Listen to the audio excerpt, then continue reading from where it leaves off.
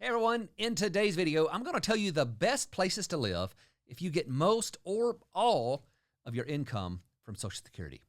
You know, in my day-to-day life of helping people build a plan for retirement and then manage the wealth that they've accumulated, it's often easy to forget that there is a large segment of the U.S. population whose only income is their monthly Social Security check. According to the Social Security Administration, among Americans aged 65 and older, nearly 25% rely on Social Security for at least 90% of their monthly income. Now, if you break this down, this gets pretty interesting. For women, that number is 27.4%, and men, that's 21.3%. This really highlights why I often say that Social Security and the choices you make about filing is more important for women than it is for men.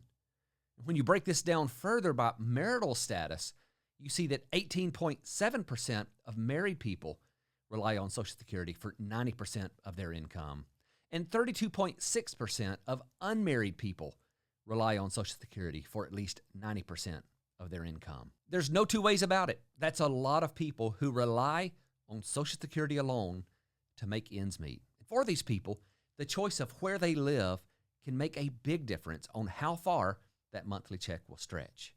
And so today, I'm going to tell you about the top 20 U.S. cities that's rated as the best place to live if you're retiring with only Social Security. Now, I want to give credit where credit is due here. I didn't come up with this list of cities. I read this article on GoBankingRates.com, and it was written by Joel Anderson. But it caught my attention, and I thought this may be of value to some of my audience members. Now, after you watch the video, I'd encourage you to also read the article, so I've linked that up in the description. Before we get to this list of cities, let me tell you a little bit more about how they compiled the list.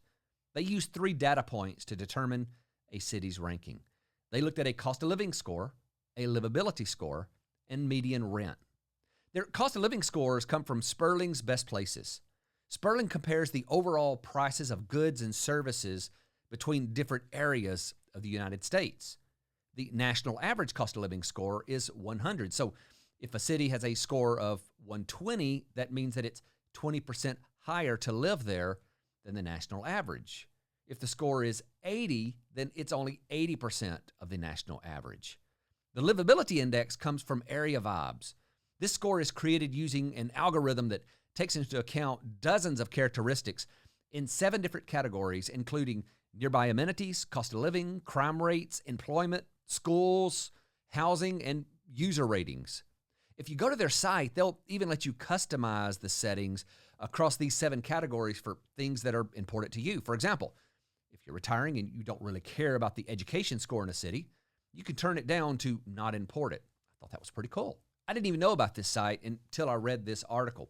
And then finally, their median rent was sourced from Zillow. Now, I'll link all this up in the description, so if you want to look at your livability score or cost of living for your city, it's going to be down there where you can click on those links, put in your zip code, and find out. So without further ado, let's get into the top 20 cities to live on Social Security alone. Coming in at number 20 is Jackson, Mississippi. Jackson is the largest city in Mississippi, and it's also the capital. Jackson comes in with a cost of living score of 73.6, a livability score of 58, and median rent of $790 per month. At number 19 is Toledo, Ohio, the Glass City. Toledo has a cost of living score of 76.7, a livability score of 60, and a median rent of $777. In 18th place is Evansville, Indiana, with a cost of living of 83.6, a livability score of 70, and a median rent of $889. At 17th place, we have South Bend, Indiana, with a cost of living score of 77.1, a livability score of 60, and a median rent of $745. Now, if you don't like the younger people, you may want to skip South Bend because this is the home to Notre Dame University. And coming in at number 16 is yet another Indiana city, Fort Wayne, with a cost of living score of 81.2, a livability score of 74, and a median rent of $1,011. Interesting fact about Fort Wayne, it's the home to the famous Coney Island Wiener Stand. They sell over 2,000 hot dogs every day, which takes 70 pounds of onions. For 15th place, we're leaving Indiana for Birmingham, Alabama, with a cost of living of 72.6, a livability score of 57, and a median rent of $749. This city has the lowest cost of living of any of the 20 cities that we're talking about, but it also has the lowest livability score. Up next in 14th place, we're coming to my home state of Texas with Abilene. Abilene has a cost of living score of 87.8, a livability score of 79, and a median rent of $994. In 13th place is yet another Texas town, Waco, with a cost of living score of 80.9, livability score of 74, and median rent of $974. Prior to just a few years ago, Waco was known mostly for the standoff between the FBI and Branch Davidians that resulted in the death of 80 people. More recently, they've had a massive tourist boom due to a little show called Fixer Upper with Chip and Joanna Gaines. At number 12 is the birthplace of aviation, Dayton, Ohio, with a cost of living score of 74.9, a livability score of 59, and a median rent of $716. I've seen lots of articles where Dayton was named as one of the best places to live for only $1,000 a month.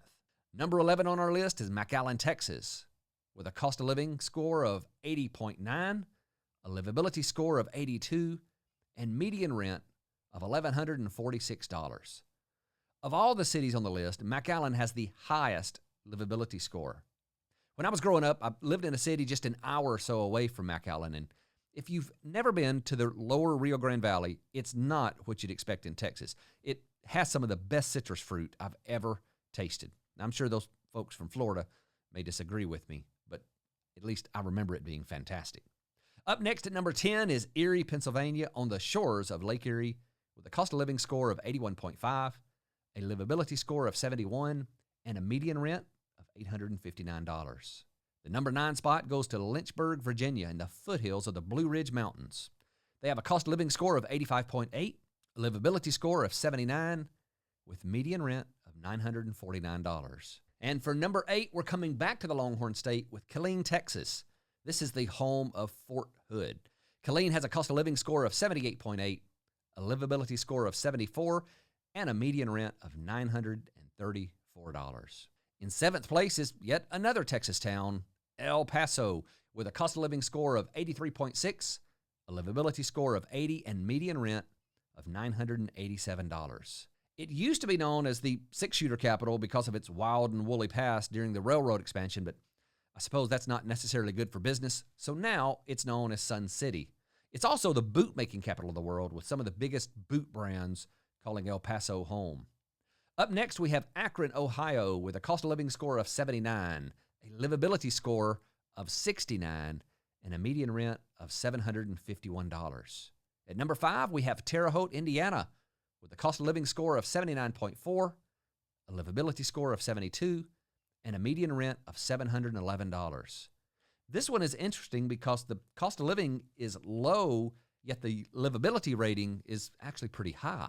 For the number 4 spot, we're going to a new state with the city of Lawton, Oklahoma. Lawton has a cost of living score of 80.5, a livability score of 73, and median rent of $694. Now, if you're a fan of American Indian history, especially the Plains tribes, you need to visit Lawton. It's the burial site of Geronimo, and it has several museums dedicated to this. In spot number 3, we're heading back to Indiana for the city of Muncie. With a cost of living score of 76.3, a livability score of 73, and median rent of $758, Muncie finishes out the 5 Indiana cities that made this list. Up next at spot number 2 is Brownsville, Texas, with a cost of living score of 77.5, a livability score of 80, and median rent of $896. Now, if you never thought you'd see banana trees in Texas, go to Brownsville. And if the beach is your thing, you're only about 25 miles away from South Padre Island. And coming in at number 1, Wichita Falls, Texas, with a cost of living score of 76.9, a livability score of 79, and median rent of $874. So there's your list of the 20 best places to live only on Social Security. Thanks for watching.